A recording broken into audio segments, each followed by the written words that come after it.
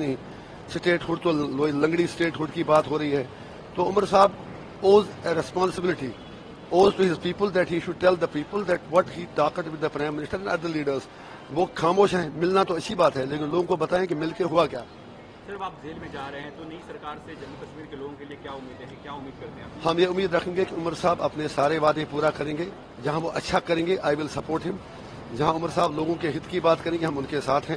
اور جہاں میں لگے گا کہ وہ کشمیریوں کے ہتوں کے خلاف جا رہے ہیں, جو لگ رہا ہے فی الحال کہ وہ پولیٹیکل ایشوز پر بات ہی نہیں کر رہے ہیں, وہاں ہم ٹوتھ اینڈ نیل رجسٹ کریں گے, پولیٹیکلی رجسٹ کریں گے, ڈیموکریٹکلی رجسٹ کریں گے.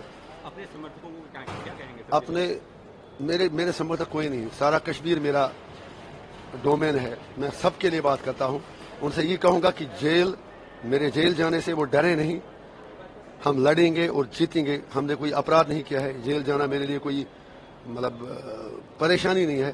ہاں فیل ہے کہ ان سے دور رہوں گا, لیکن ان سے یہی کہوں گا کہ آپ ہمت رکھیں, حوصلہ رکھیں. جیت سچائی کی ہوگی. سچائی ہماری طرف ہے.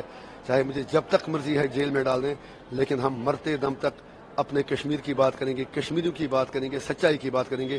5.5 سال تہار میں رہنے کے بعد اگر مجھے آج پھر جیل جانا پڑ رہا ہے تو مجھے کوئی پریشانی نہیں ہے. امید ہے کہ انصاف ہوگا عدالت سے.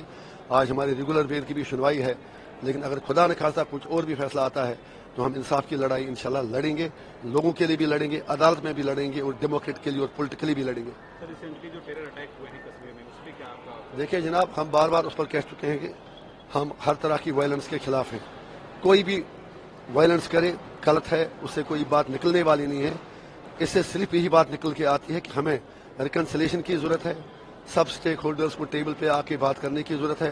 اور ہم ہوم منسٹر صاحب سے, مودی جی سے یہ کہیں گے, اگر آپ نارتھ ایسٹ کے لوگوں سے ریکنسلیشن کر سکتے ہیں, اگر آپ لداخ کے لوگوں سے ریکنسلیشن کر سکتے ہیں, تو کشمیر میں ہی آپ کیوں کشمیر کے لوگوں سے بات نہیں کرتے؟ اگر آپ کہتے ہیں دلی سے دوری مٹانی ہے, تو آپ کشمیریوں کے ساتھ بات کرنے کے لیے تیار نہیں. کشمیری وی ول ناٹ بیگ فار ٹاکس. ہم بات چیت کے لیے بھیک نہیں مانگیں گے. لیکن یہ مودی جی کو سوچنا ہے, اگر وہ واقعی شانتی اور امن چاہتے ہیں, اگر وہ چاہتے ہیں کہ انڈیا 47 تک وشو گرو بنے, یہاں کے سارے مسئلے حل ہوں, تو اس کے لیے ضروری ہے کہ پیس آ جائے. اور پیس تبھی آئے گا جب آپ انصاف کریں گے, نیائے کریں گے. اور نیائے تب ہوگا جب سارے اسٹیک ہولڈرز ٹیبل پہ آ کے ایک دوسرے کی بات سنیں اور انصاف کی بنیادوں پر مسائل کا حل نکالیں. فاروق عبداللہ کبھی پاکستان سے بات کرنے کی اپیل کرتے ہیں, کبھی بات نہیں کرنے کی اپیل کرتے ہیں. وہ کہتے ہیں کہ آپ نے ٹیرر پھیلایا ہے تو بات چیت نہیں ہو سکتی ہے. وہ محبوبہ مفتی بھی اس کا پیروی کرتے کہ وہ بات ہونا چاہیے. وہ چیز آپ فاروق صاحب سے پوچھیے. دیکھیے, why should I speak on his behalf. لیکن یہ کون نہیں جانتا کہ فاروق صاحب جو ہیں وہ جب پاور میں ہوتے ہیں کچھ بھی کہتے ہیں, جب پاور سے باہر ہوتے ہیں کچھ بھی کہتے ہیں.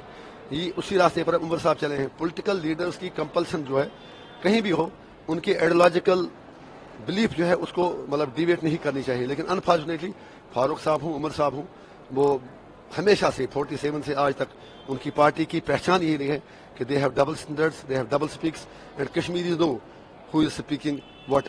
ٹائم آئے گا جب کشمیری ان کو سبق سکھا دیں گے کہ آپ نے جو کہا غلط کیا. ووٹ تو 370-35 سے پہلے, لیکن آج اس کا نام ہی نہیں لے رہے. Time will decide.